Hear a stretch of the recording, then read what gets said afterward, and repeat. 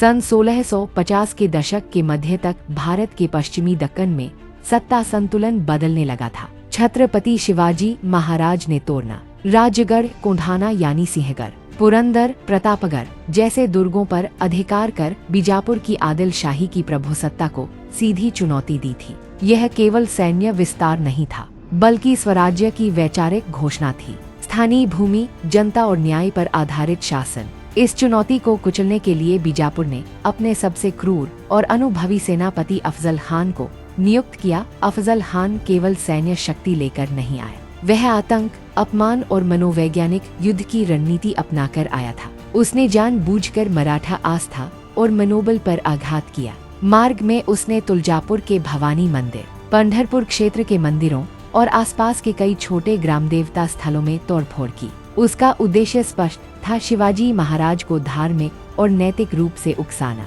ताकि वे आवेग में आकर खुले मैदान में युद्ध करें।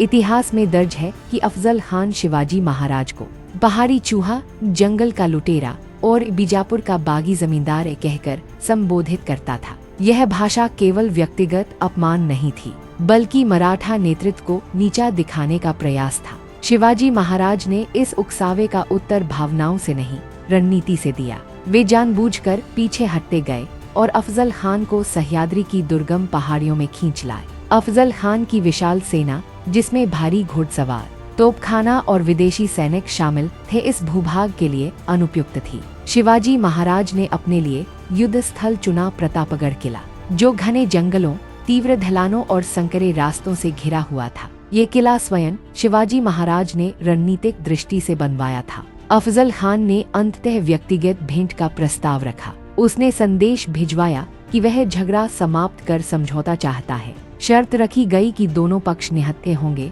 और केवल एक एक अंगरक्षक साथ रहेगा। शिवाजी महाराज इस प्रस्ताव की असल मंशा समझ चुके थे, फिर भी उन्होंने भेंट स्वीकार की, क्योंकि वे जानते थे कि यह युद्ध तलवारों से पहले बुद्धि से जीता जाना है। भेंट से पहले शिवाजी महाराज ने पूरी तैयारी की। उन्होंने अपने वस्त्रों के नीचे जिरह बख्तर पहना, हाथ में वाघनख यानी लोहे के तीखे पंजे और बिछवा यानी छोटी कटार छिपाई।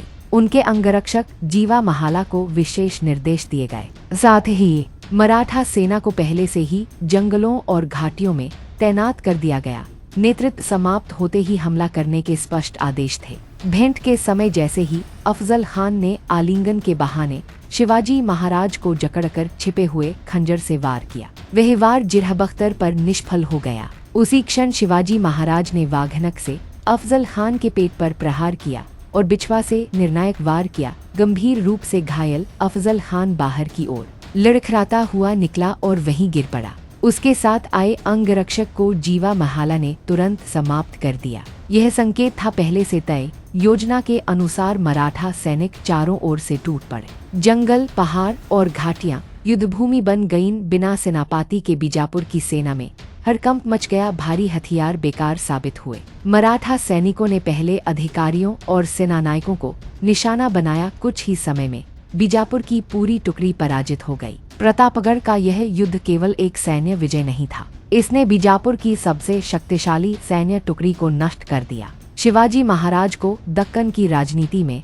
एक निर्णायक शक्ति के रूप में स्थापित किया और मुगल साम्राज्य को भी सावधान कर दिया। यह सिद्ध हो गया कि शिवाजी महाराज कोई पहाड़ी चूहा नहीं, बल्कि दूरदर्शी राज्य निर्माता और असाधारण रणनीतिकार हैं। इतिहास में प्रतापगढ़ का युद्ध इस बात का प्रमाण है कि सत्ता केवल संख्या से नहीं टिकती। भूगोल की समझ, मनोविज्ञान, अनुशासन और सही समय पर लिया गया निर्णय, यही इस युद्ध के वास्तविक शस्त्र थे। प्रतापगढ़ वास्तव में स्वराज्य का जंक्शन था, जिसने आगे चलकर मराठा साम्राज्य की नींव को अडिग बना दिया।